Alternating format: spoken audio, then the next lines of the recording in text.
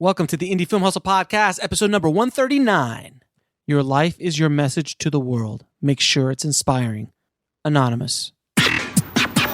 Broadcasting from the back alley in Hollywood, it's the Indie Film Hustle Podcast, where we show you how to survive and thrive as an indie filmmaker in the jungles of the film biz. And here's your host, Alex Ferrari. Welcome, my Indie Film Hustlers, to another episode of the Indie Film Hustle Podcast. I am your humble host, Alex Ferrari. Today's show is sponsored by Distribber.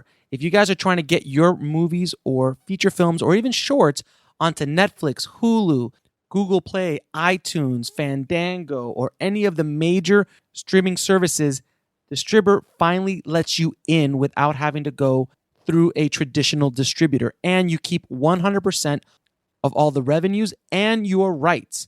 So if you want more information, head over to indiefilmhustle.com/sellmyfilm. That's indiefilmhustle.com/sellmyfilm. The show is also sponsored by Hollywood Camera Work. If you guys are interested in learning how to direct actors and become a actor's director, Hollywood Camera Work has developed an amazing master course called Directing Actors.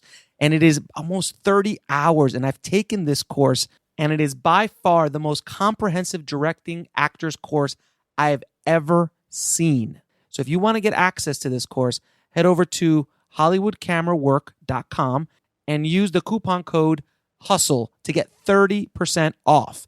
That's hollywoodcamerawork.com and use the coupon code HUSTLE. Now, I know a lot of you guys out there are filmmakers who also edit their own stuff. And I've been an editor for over 20 years, and I've edited hundreds, if not thousands, of things in the course of my career. And I've been editing on every kind of platform you can imagine, from Avid to Premiere to Final Cut to Media 100 to Video Cube to Lightworks to iMovie to everything, as you can imagine.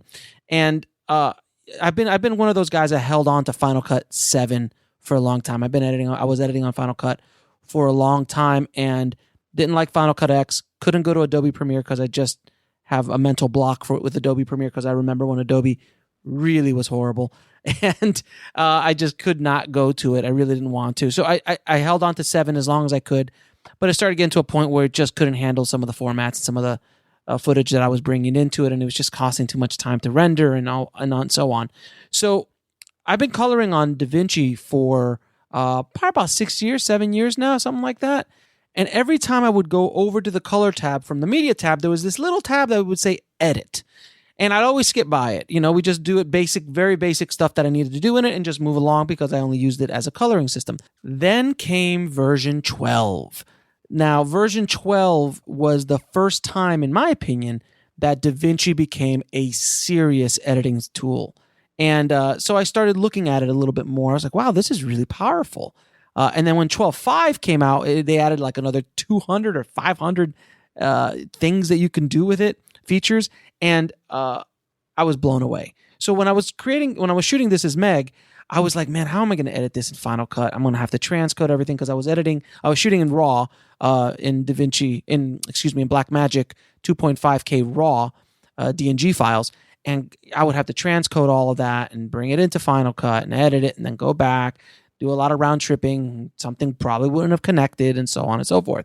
I was like, wow, and imagine if I could just edit in RAW with the Davinci. I was like, wow, it's because it's obviously all in the same family. Blackmagic owns Davinci and created the cameras to work very seamlessly with Davinci. You actually get a copy of Davinci for free when you buy one of these cameras, or any Davinci, any Blackmagic camera if you buy it. So I was really intrigued. So I started playing with it. I was like, wow, this is pretty amazing. And I'm like, I got to tell everybody about this. So the word got back to Davinci and Blackmagic that I had edited This Is Meg on Davinci Resolve. And not only edited on it, I actually did the entire workflow. So obviously from the camera to the offline to the online, color grading, and final deliverables, even part of my DCP, which I'm outputting right now for our premiere at CineQuest and coming up in a few weeks, all have been done out of Davinci. So Blackmagic Design invited me to speak at the Slam Dance Film Festival this year while I was doing all these other interviews at Park City this year at Sundance. I walked up the hill all the way up to Slam Dance and did a little talk about why I decided to edit my feature film and do everything I did in Davinci and give my points, my experiences, and so on. So if you're looking for an editing system to edit whatever you want to edit on, I would give Davinci Resolve a try. And you know why I also give you Davinci Resolve a try? Because it's free, guys. It is free. You can download a almost completely functional editing system, super powerful, for free. There's very few things that it can't do. It can output to 2K. I think it can output to 2K, but I know at least to 1920 by 1080. So it's a free piece of software, super powerful. If you buy one of these Blackmagic cameras, you get it for free. So that's also a plus. But you can go right now to the Blackmagic website, and I will put a link to this in the description, in the show notes at indiefilmhustle.com/139. And you can download the software for free. You could also download Fusion, which is their visual effects program, for free. The Blackmagic is, they purchased Davinci Resolve. I just want to give you a really quick background on Davinci. Davinci has been the leading color grading system for a better part of 2 to 3 decades. I don't even know how far back they go. But those systems used to cost $500,000. When Blackmagic bought it, they said, okay, it used to cost $500,000. Now we're gonna sell it for $1,000 or $700 or whatever it is. Oh no, that would be only the full version, but we're gonna give 98.5% of the program away for free and give the power back to the filmmakers. And that's why I love Blackmagic so much, and I also love Davinci so much, because it's just such a powerful piece of software that you can just download it, and you can download updates, and it's free, guys. So that's a really great way to start in editing. And then also you have a full-blown color grading system at your disposal, and you can output to anything you need. It's really, really great, guys. I can't talk about it enough. But anyway, so without any further ado, I'm just going to let you listen to me yap for about 30 minutes or so at this year's Slam Dance Film Festival. Please enjoy. Welcome, guys. So my name is Alex Ferrari. I am a director, a post supervisor, a colorist, an editor, a producer, a writer, a craft service guy. I do a little bit of everything. I also run a website called Indie Film Hustle, which is a podcast as well as a resource for filmmakers as well. It's apparently fairly popular now, which is great. My whole goal with Indie Film Hustle and what I do is trying to put power back into the filmmakers' hands. To survive, show them how to survive and thrive in the film business. It's a brutal business, as everybody sitting in this room knows and understands. That's why I love Blackmagic so much, because they actually put the power back into filmmakers' hands. They give extremely powerful tools for a very affordable price. Compared to an Alexa or one of these other cameras. Or software, for God's sakes, the Davinci. So they contacted me specifically because I did this new movie called This Is Meg. It is a low-budget movie, under $25 million. As soon as my audit is done, I'll release the budget.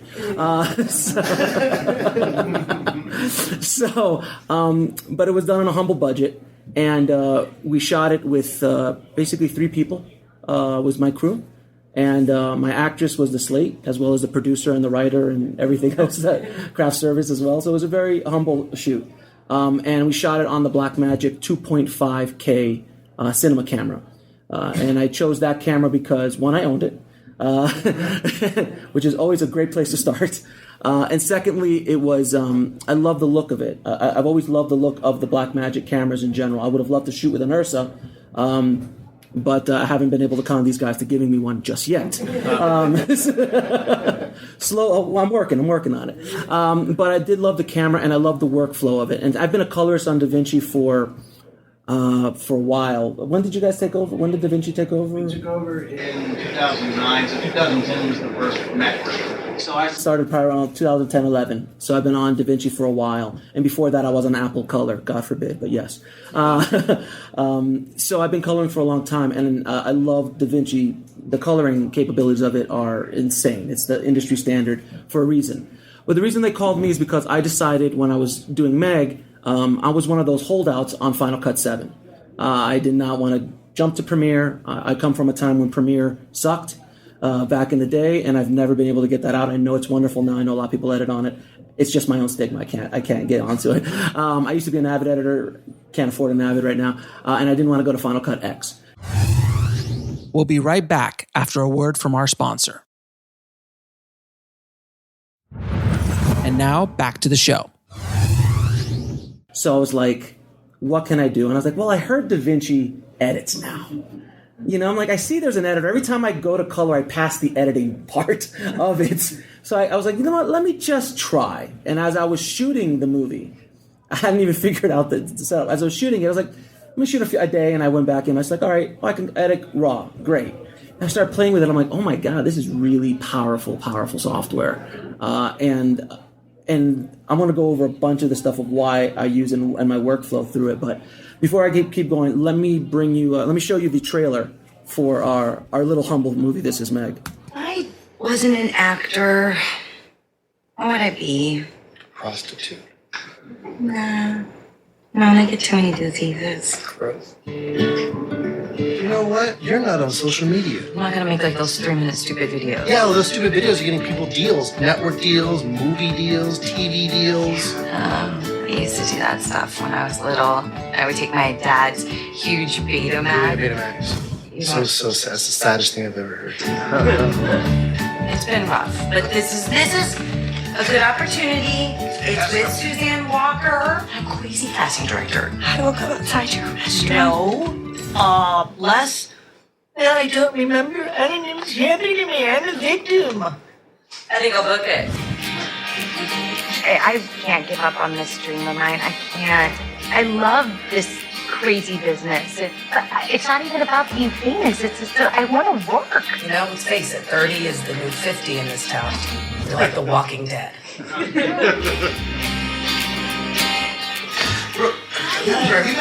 I cannot look at you because it's going to distort my aura. Can we blow on your flame first? Oh my God. What you waiting for? What you waiting for? Everybody needs ayahuasca once in their lifetime, at least. It's gonna be amazing. Any one reason why I should never make a change. I mean, I don't want kids. Like, I have problems going to the bathroom. I can't imagine pushing out a human being. I just totally different hole.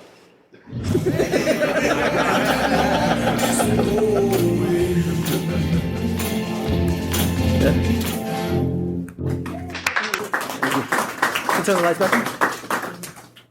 Thank you, guys. Thank you. We worked hard on it.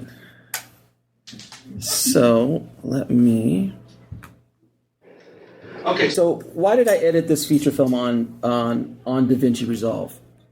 So one of the big things was the best of both worlds. Resolve offers the best of several NSL packages. So it actually brings together a lot of my favorite things. Whoever designed this, and I'm sure it's honestly what Final Cut X should have been. It's for all us Final Cut guys, which were pissed off when Final Cut X showed up. This is what it should have been, and now it is.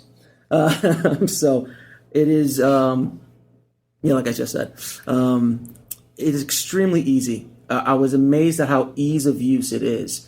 It's extremely easy to transition to. So if you're in Premiere, if you're in Avid, if you're in any nonlinear editing system, it's so easy to just get into it. It's really, really fun. It can handle anything, and that is another thing I love about Resolve.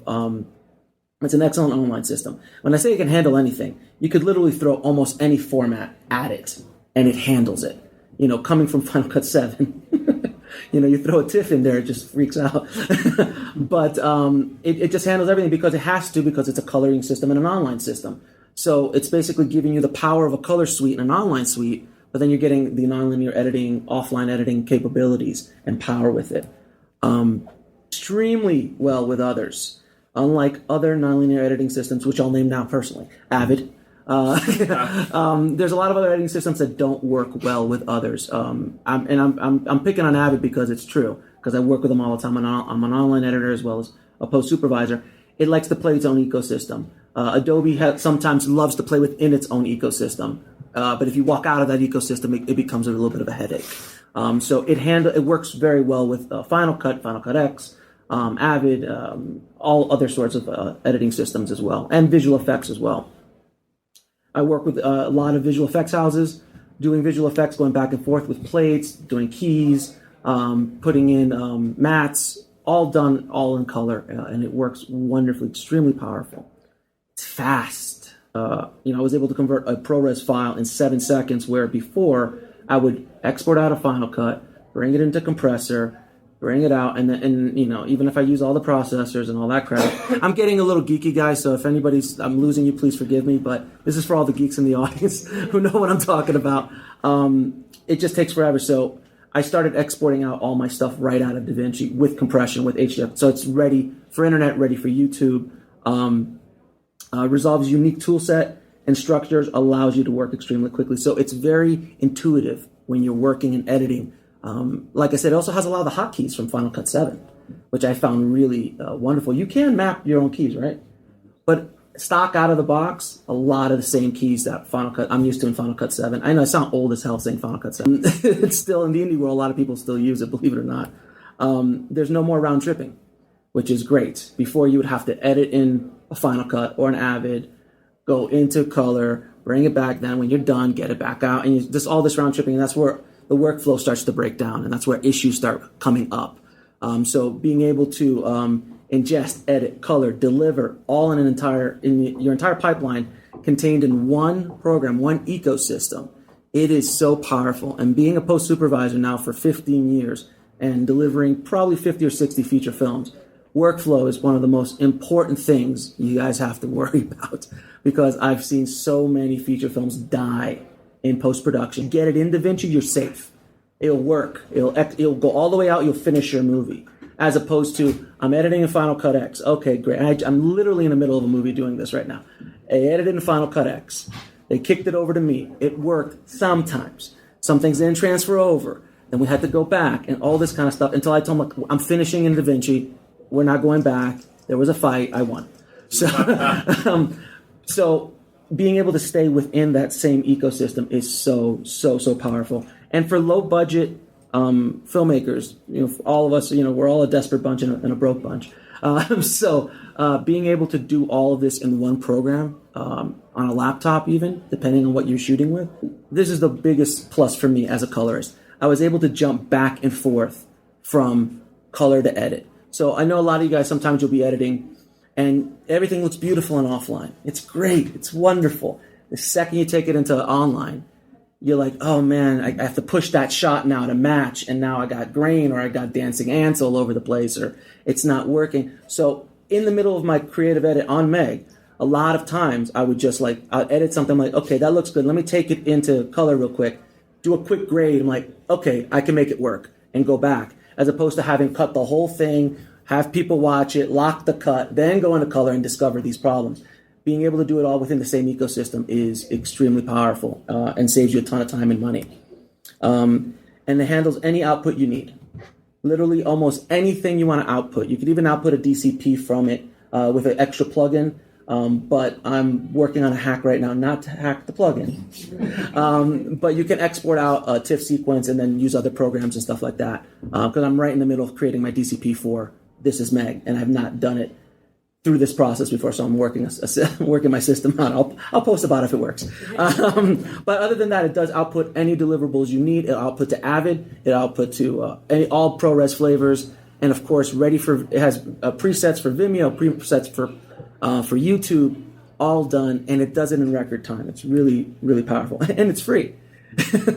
Have I mentioned it's free? It's so amazing. One of the biggest issues I have with Adobe subscription model, it's not just the price, but the inability to install software in more than a couple of machines. So if you have multiple Macs, or you're working or collaborating with somebody else, it's a pain in the ass, and we all know the olden days of Final Cut and all that kind of stuff that you used to do. With Resolve, you just go download it. So if there's a problem at the VFX shop, download DaVinci, bring it in, and now you're seeing exactly what I'm seeing. and it's free. Extremely powerful. I mean, like you were saying, how much was the package before they took over? $500,000. $500,000 package for Davinci Resolve. I remember those suites. Those suites were ridiculous, and they took it completely outpriced most people in this room and most filmmakers. But when I found out, like, oh, anytime Blackmagic buys something, I'm like, oh, it's coming out free. We'll be right back after a word from our sponsor. And now back to the show. Except for hardware, we haven't gotten to that point yet. But they give you the software, so like there is no excuse for a filmmaker now not to be able to edit their own thing, not to be able to you have the power of a $500,000 suite for free on your laptop. You got a full version with your camera, and you get if you buy a camera, you get a free, get a full version of it for free. So it's. I mean, seriously, they're just handing it out like water. It's great. I own the studio. I do own the Studio Edition, but I also send it for collaborators and employees on other machines to download and work on certain things. Maybe do some offlining, assistant editing, things like that. It's extremely, extremely powerful. Now you have no excuses. Go make your movie. And if you need some more information about Meg, that's our website. And I wanted to show you really quick. Now, I know this is when I started working in color. Huh? Oh, yeah, if you want to, it's fine. But I'll leave it on. So that's fine. Sure. Yeah, sure. So there's this thing in Davinci. I like to call it the Unicorn Tears Pixie Dust plugin that is magical, and I couldn't have done Meg without it. So with the Blackmagic 2.5, I shot very quickly. We shot the whole movie in about 8 days. Okay, the entire feature. I lit the thing, me and Austin, he's standing, the cameraman in the back right now. That camera that he's shooting this with is the camera we shot the movie with. There are limitations when shooting with this camera. You can't, it has a lot of latitude, but sometimes we just couldn't give it the light that it needed, or we were running so fast that we just couldn't do anything with it. But being able to shoot raw, you have no idea how many times it saved my ass. Like we were outdoors in that scene at the end of the trailer where you see them sitting outside and it came out the wrong hole, that whole scene. No coverage. It was direct sunlight. That's direct sunlight, and that's 18 power windows later. And a little bit of this Unicorn Tears Pixie Dust thing that they have going on. What it is sometimes it got a little noisy.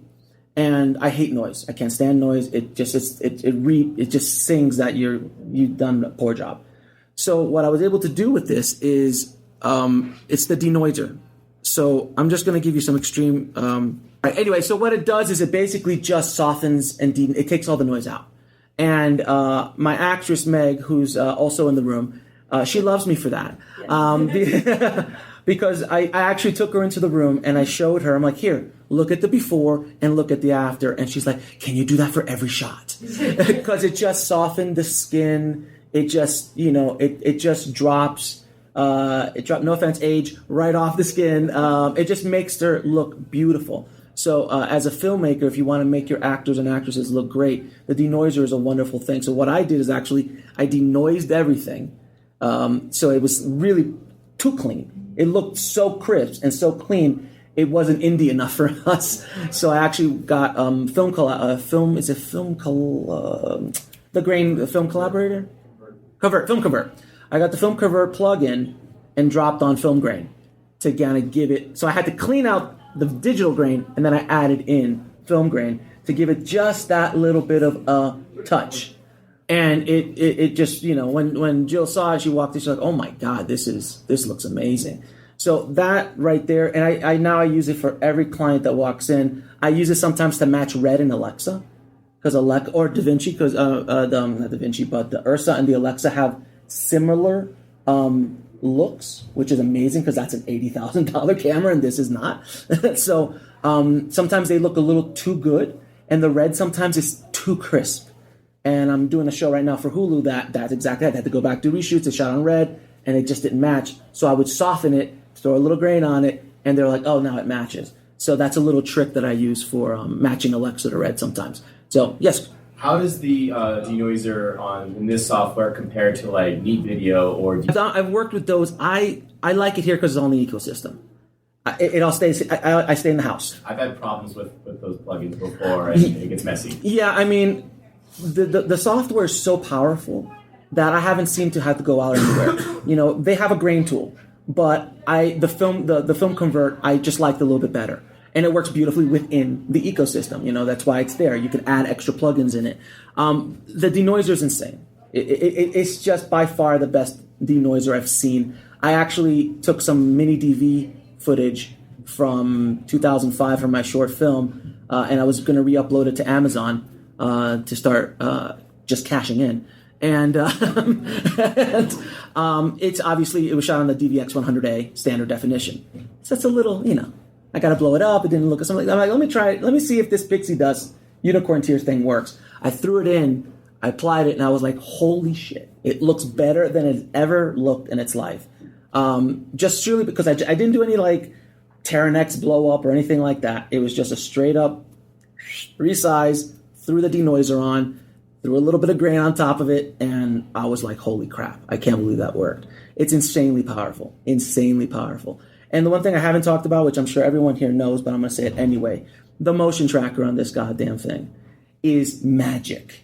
It is insane. It rivals many of the VFX tracking software. So when you want to do a mat or can I do that?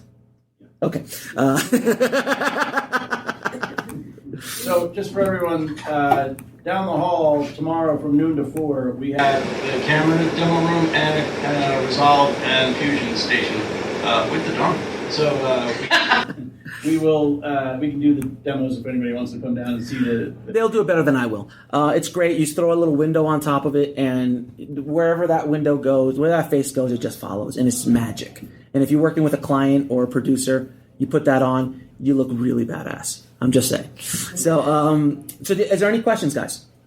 Yes, sir. If you're working on a film that has like a lot of visual effects, which program would you recommend that works best? We recommend Fusion.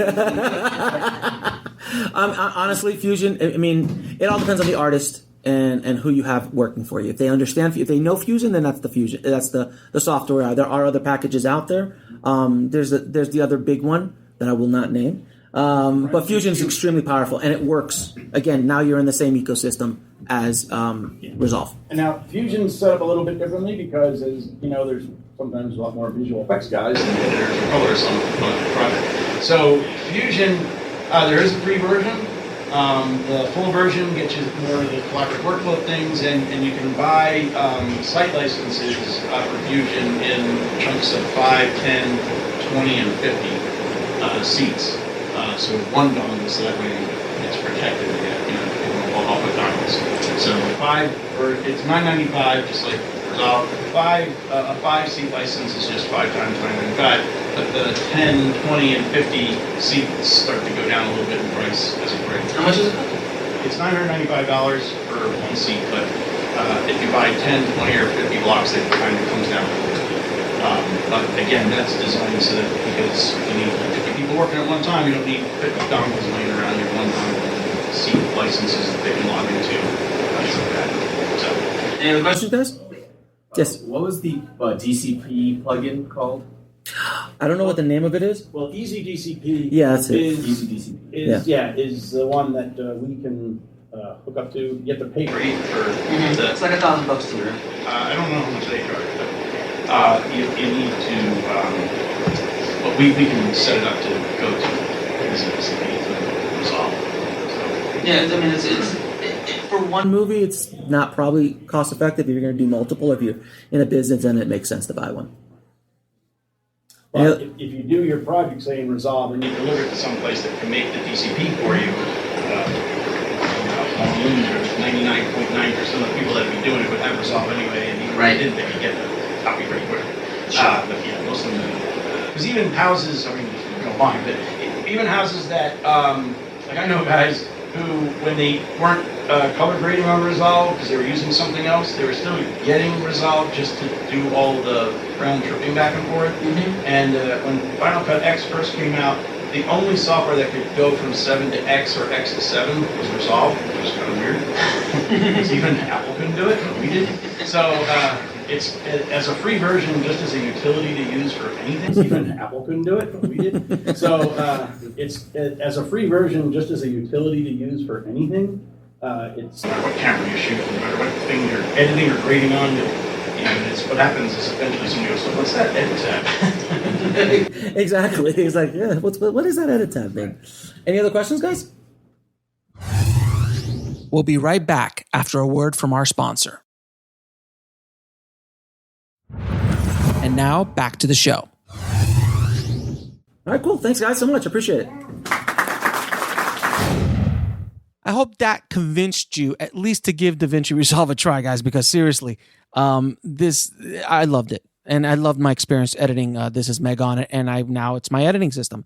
It is what I edit everything on, and I will continue to edit everything on moving forward. So if you guys also want to learn how to edit on Davinci, there is a course that we have on the site.